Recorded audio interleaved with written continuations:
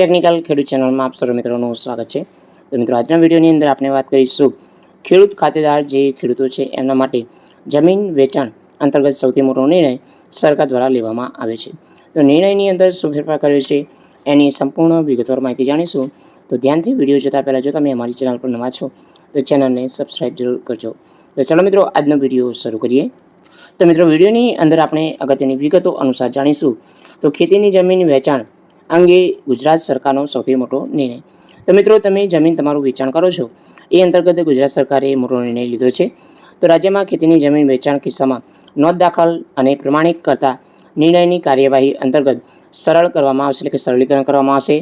તો ખેડૂત ખરાઈ માટે રેકોર્ડ ચકાસણી 6 એપ્રિલ 1995થી મહેસૂલ રેકોર્ડ ધ્યાને લેવામાં આવશે। જે આપણે વાત કરી કે જે ખેડૂત છે એ ખરાઈનો જે રેકોર્ડ છે 6 એપ્રિલ 1995 જે મહેસૂલી વિભાગ દ્વારા જે રેકોર્ડ છે એ ધ્યાને લેવામાં આવશે।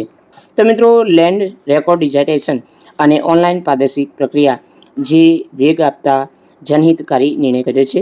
તો ભૂપેન્દ્ર પટેલ રાજ્યના ખેતીની જમીન વેચાણ કિસ્સા માટે ડિજિટાઇઝેશન અને પારદર્શિક ઓનલાઈન પ્રક્રિયા વેગ આપવા મહત્વપૂર્ણ નિર્ણય કર્યો છે। તો એ અંતર્ગત જાણીએ કે ભૂપેન્દ્ર પટેલ સુશાસન સફળ 3 વર્ષ પૂર્ણ કરીને ચોથા વર્ષ પ્રવેશ પ્રથમ દિવસે જ રાજ્યના જે ખેડૂતોને વ્યાપક હિતમાં કરેલ આ કલ્યાણકારી નિર્ણય પરિણામે ઇઝ ઓફ ડુઈંગ બિઝનેસ વધુ લોકાપ્રિય બનાવી શકાશે। તો રાજ્યના ખેડૂતની જમીન વેચાણ કિસ્સાઓમાં વેચાણ નોંધ હકપત્રક દાખલ કરતી વખતે વેચાણ લેનાર જે વ્યક્તિઓ છે ખેડૂત ખાતેદાર છે એમની પાસેથી 1951-52થી ખેડૂત હોવા અંગેનું ખેડૂત ખરાઈ પ્રમાણપત્રનું આગ્રહ રાખવાની પ્રથા રાજ્યમાં અમલમાં છે। તો મિત્રો જો તમે ખેડૂત ખાતેદાર છો એની જે ખરાઈનું જે પ્રમાણપત્ર જે છે એ 1951-52થી ખેડૂત હોવાનું જે ખરાઈનું પ્રમાણપત્ર આગ્રહ રાખવાની પ્રથા અત્યારે અમલમાં છે। તો મુખ્યમંત્રી ભૂપેન્દ્ર પટેલ સમક્ષ એવી રજૂઆતો પણ આવી છે કે બિન ખેતીની જે જમીન છે એની પરવાનગી દરમિયાન મૂળ ખેડૂત ખાતેદારની ચકાસણીના કિસ્સાઓમાં રેકોર્ડની બિન ઉપલબ્ધતા અને બિન ખેતી મંજૂરીના કેસોમાં વિલંબના કારણે ખેડૂતો અને અરજદારો અનેક અત્યારે સમસ્યાઓ નડે છે। એ અંતર્ગત ઘણી બધી જે જાહેરાતો રજૂઆતો કરવામાં આવી છે। તો મિત્રો જે ખેતી જમીન વેચાણની નોંધ પ્રમાણિત કરવા અંગે નિર્ણય ખેડૂત ખરાઈની ચકાસણીનું પ્રમાણપત્ર જે 6 એપ્રિલ 1995 પછી રેકોર્ડ ધ્યાને લેવામાં આવશે।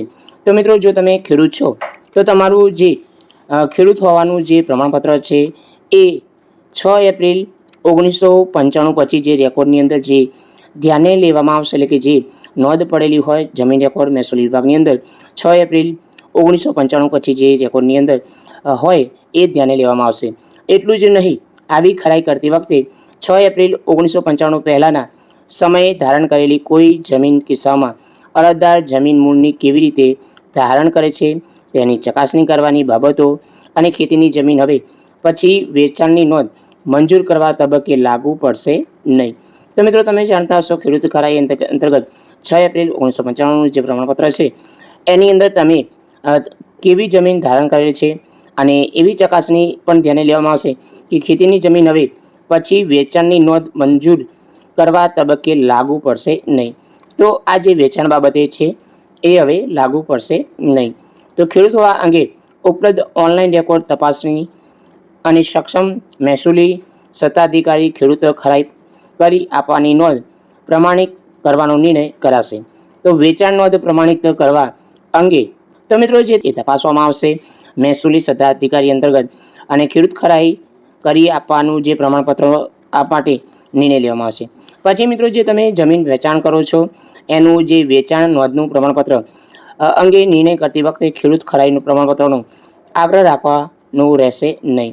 જો કે આવી ખેતીની જમીનની હકપત્રક વેચણી નોંધ દાખલ કરતી વખતે ખેડૂત ખાતેદાર પોતે ખેડૂત ખાતેદાર હોવા અંગેનું સોગંદનામું નિયત નમૂના રજૂ કરવાના રહેશે।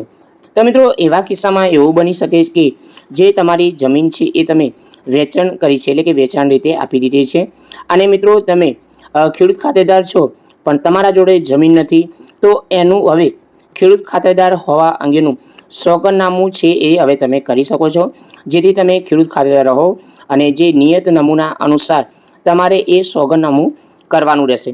તો મિત્રો છે કે ખેડૂત ખાતેદાર છે એમને જે જમીન વેચાણ રીતે આપી દીધી છે અને મિત્રો જે ખેડૂત ખાતેદાર છે પણ મિત્રો એમના જોડે જમીન નથી અને મિત્રો આની અંદર એવો નિર્ણય અગત્યનો લેવામાં આવે છે કે ખેડૂત ખાતેદાર છો એ અંતર્ગત અગત્યના નિયમ અનુસાર તમે સોગંદનામું કરી અને ખેડૂત ખાતેદાર અંતર્ગત તમે જમીન ખરીદી શકો છો. તો મિત્રો વધુમાં છે કે મુખ્યમંત્રી વધુમાં એવો મહત્વપૂર્ણ નિર્ણય કર્યો છે કે મૂળથી જૂની શરતની જમીન હોય, ખેતીની જે ખેતી હેતુ માટે જૂની શરત થયેલા હોય પરંતુ બિન ખેતી માટે પ્રીમિયમ પાત્ર હોય તેવા જમીન માટે જ્યારે બિન ખેતી માટે અરજી આવે ત્યારે પાત્ર જે ખેડૂત છે એમને ખરાઈ હેતુસર 6 એપ્રિલ 2019 તો મિત્રો વધુમાં હેતુસર 6 એપ્રિલ 1995 પછી જે રેકોર્ડ છે એ ધ્યાને લેવામાં આવશે.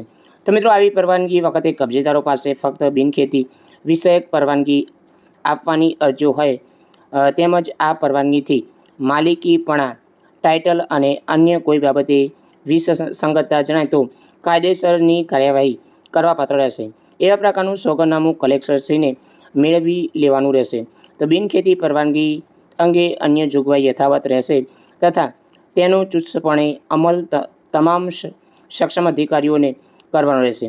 તો મુખ્યમંત્રી પટેલ દ્વારા જે નિર્ણય કર્યો છે કે હાલ જે કેસોમાં ખેડૂત ખાતેદાર દરજ્જા બાબતે લિટિગેશન કે તપાસ પડતર છે તેવા કિસ્સામાં આ જોગવાઈ લાગુ પડશે નહીં. તો મુખ્યમંત્રી ભૂપેન્દ્ર પટેલ આ નિર્ણય અંગે ઠરાવો રાજ્યના મહેસૂલી વિભાગને જારી કર્યા છે.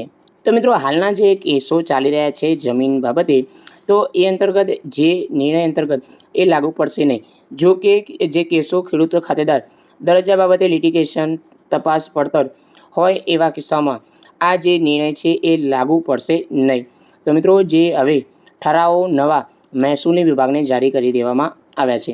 તો મિત્રો આ તો જમીન બાબતે સૌથી મોટો નિર્ણય. જય હિન્દ મિત્રો, વંદે માતરમ, જય ગરવી ગુજરાત.